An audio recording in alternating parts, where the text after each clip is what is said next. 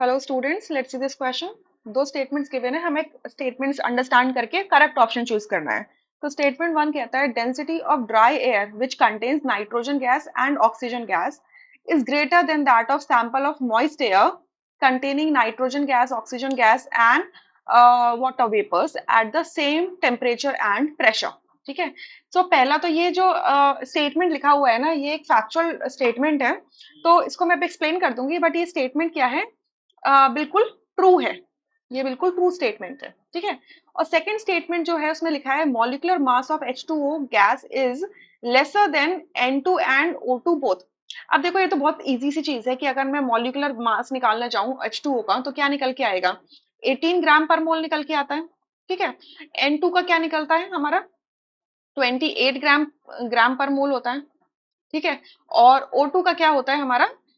32 ग्राम पर मोल होता है। तो आप ये देख ही पा रहे हो कि ऑक्सीजन जो वाटर है, H2O गैस है, इसका जो मॉलिक्यूलर मास है वो दोनों से ही कम है, ठीक है। सो ये भी स्टेटमेंट क्या है, ट्रू है। अब एक्सप्लेन करते हैं। देखो, आपकी जो ड्राई एयर है, ये याद रखना, यहाँ लिखा है same temperature and pressure. Pressure condition और टेम्परेचर कंडीशन ड्राई एयर के लिए और मॉइस्ट एयर के लिए, दोनों के लिए सेम है। यानी कि प्रेशर कांस्टेंट रहना चाहिए, टेम्परेचर कांस्टेंट रहना चाहिए।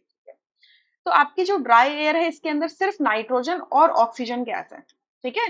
सो नाइट्रोजन और ऑक्सीजन गैस है, तो मतलब इसका जो वेट है, मैं अगर सिंपल वे में समझाऊं तो 60 ग्राम पर मोल होगा।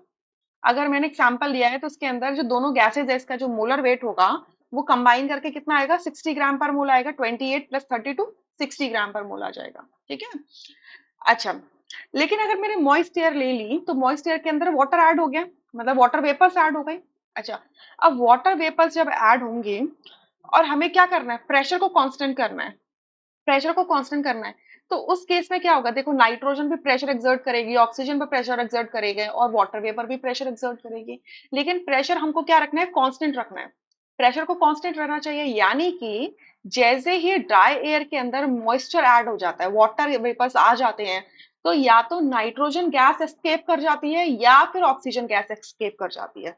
दोनों में से, ऐसा नहीं कहूंगी कि सिर्फ नाइट्रोजन करेगी या सिर्फ ऑक्सीजन करेगी, but yes, a certain amount of both nitrogen and oxygen will escape out from the mixture। ठीक है, जो मॉइस्ट एयर है उसमें से क्या कर जाएगी? एस्केप आउट कर जाएगी। तो अब ये बताइए कि अगर आपकी ज्यादा मॉलिक्यूलर मास वाली गैसेस रिप्लेस हो रही हैं लेस मॉलिक्यूलर मास वाली गैस से, तो ऑब्वियस सी बात है कि इस पूरे मिक्सचर का वेट क्या हो जाएगा? डिक्रीज हो जाएगा।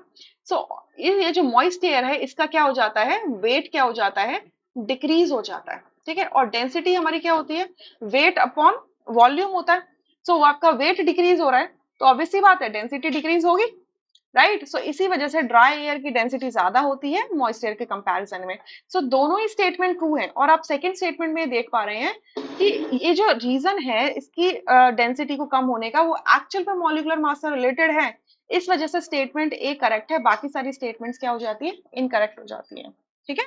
तो अगर ऐसा होता, मान लो कि अगर आप कोई मॉइस्ट एयर नहीं लेते, आप मॉइस्ट एयर की जगह आप बोल देते कि मैं ड्राई एयर की जगह कोई ऐसी गैस ऐड कर देता हूँ जिसका वेट जो है नाइट्रोजन गैस और हाइड्रोजन ऑक्सीजन गैस से ज्यादा हो जाए, तो ऑब्वियसली बात है उस केस में डेंसिटी बढ़ जाएगी ना, डेंसिटी बढ़ जाएगी। तो फिर उसके मास बढ़ जाएगा तो डेंसिटी बढ़ जाएगी। तो उस केस में ऑपोजिट भी हो सकता था। बट क्योंकि ये मॉइस्ट एयर है, यहाँ पर नाइट्रोजन गैस और ऑक्सीजन गैस का रिप्लेसमेंट एक लाइटर वेट की गैस है, लाइटर गैस के मॉलिक्यूल्स है, गैस मॉलिक्यूल्स है, वेपर मॉलिक्यूल्स है, H2O मॉलिक्यूल्स है, इस वजह से डेंसिटी डिक्रीज हो रही है, ठीक है। So A option is the correct answer, rest are incorrect. I hope you understood. Thank you.